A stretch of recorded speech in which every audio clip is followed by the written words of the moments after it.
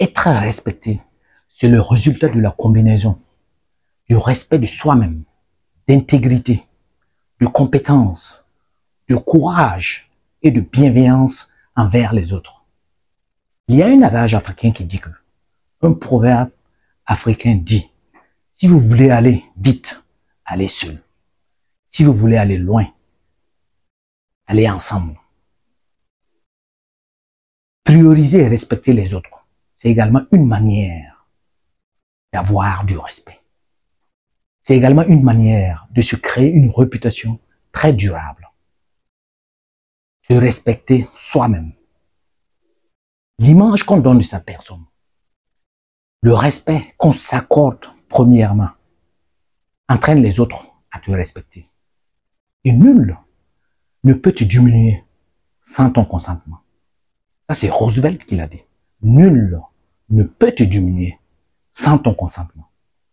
En 1955, Rosa Parks, qui vivait dans une société très raciste, où il y avait des panneaux, des pancartes, pour faire la différence entre les êtres humains.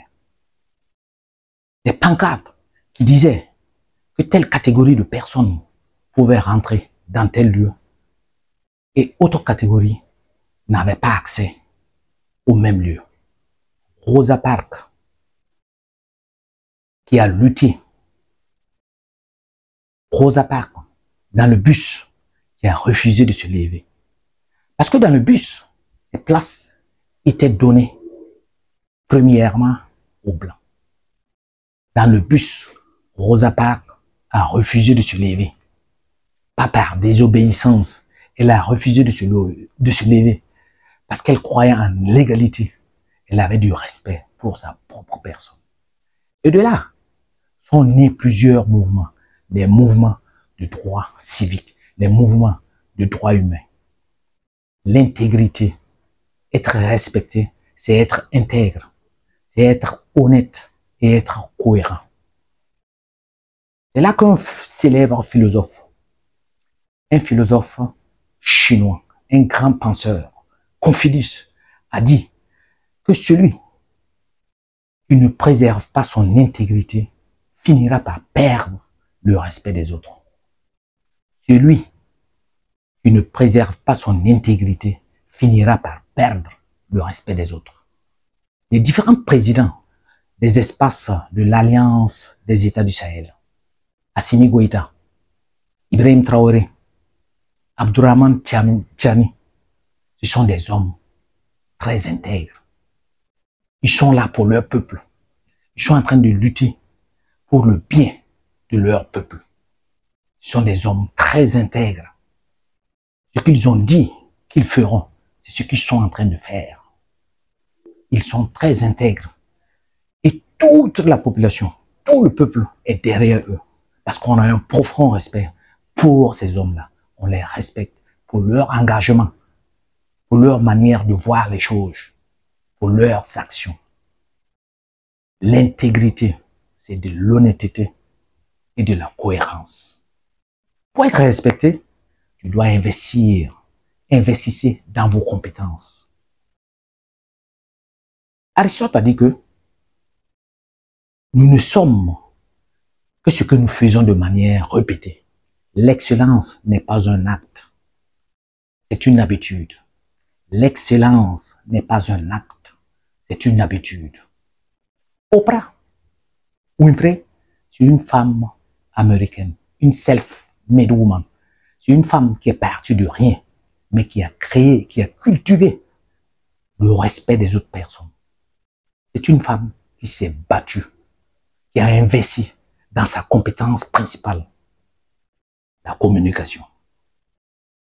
Elle a changé sa vie. Elle a changé la vie de plusieurs millions d'autres personnes également. Une femme qui est partie de zéro, qui a fait le chemin toute seule et est arrivée à ce grand niveau-là parce qu'elle a investi dans sa compétence. Elle a investi dans ses dons de communication. Et cela lui a valu beaucoup de respect. Le respect carrément du monde entier. Il faut être courageux et assumer ses choix. courageux et assumer ses choix. Si l'une des qualités, le courage est l'une des qualités principales de l'homme. Et d'elle en découlent les autres. Ça, ce sont les paroles de Churchill. Que le courage est la première qualité humaine. Et d'elle en découlent les autres. Yousafzai, c'est une figure moderne, une activiste féminine. C'est une qui vivait au Pakistan, qui s'est battue, qui a lutté pour que la fille puisse avoir accès à l'éducation. Elle s'est battue. Et même que dans son parcours, elle a été tirée, on a tiré sur elle. Elle a subi un attentat, mais elle est restée dans ses différentes convictions. Elle n'a pas bougé. Elle a lutté et voulait que la fille ait accès à l'éducation. Parce que les talibans au Pakistan avaient imposé des lois qui empêchaient totalement la fille d'avoir accès à l'éducation. La fille ne devait pas étudier. Et Yousafzai, c'est cette figure-là qui s'est mise debout. C'est une femme, hein, pour lutter pour que la fille puisse avoir accès à l'éducation. Et actuellement, c'est l'une des activistes qui est très respectée au monde. Une femme. Donc souvent le courage, là, c'est pas une question d'homme. C'est une question de conviction. Être respecté, c'est donner du respect. Et on va te donner en retour le même respect. Il faut respecter les autres. Que les autres te respectent. Être respecté, c'est pas une voie à sens unique. Non. C'est pas une voie où seulement c'est les autres qui donnent. C'est une voie à double sens. Il y a certaines sociétés là, quand tu vois le chef qui arrive, les différents patrons, ils arrivent le matin avec les épaules déjà bien larges, le torse bombé, qui traitent les autres sans dignité, sans respect. À la moindre occasion, ils vont te rabaisser. Et les employés ont peur d'eux. Et ils confondent cela avec le respect. Non, les employés vous craignent, ils ont peur de vous. C'est pas du respect. Quand tu respectes, tu traites les autres avec dignité, tu vas recevoir en retour le même respect. Les gens vont te respecter. Les grands leaders, les leaders éclairés, inspirent les autres. Les leaders éclairés ont beaucoup de respect, reçoivent beaucoup de respect. Martin Luther King a dit que une personne qui ne se bat pour rien tombera pour tout. Une personne qui ne se bat pour rien tombera pour tout. Martin Luther King avait un grand rêve.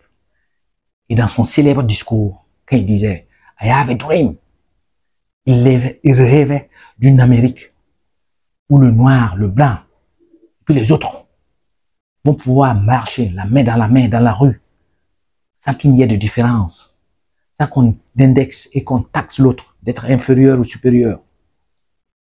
Il avait une vision. Et cette vision a inspiré beaucoup d'autres personnes. Martin Luther King est cité en exemple.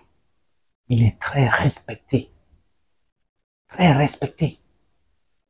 Parce qu'il avait cette vision-là qui a inspiré des millions et des millions de personnes.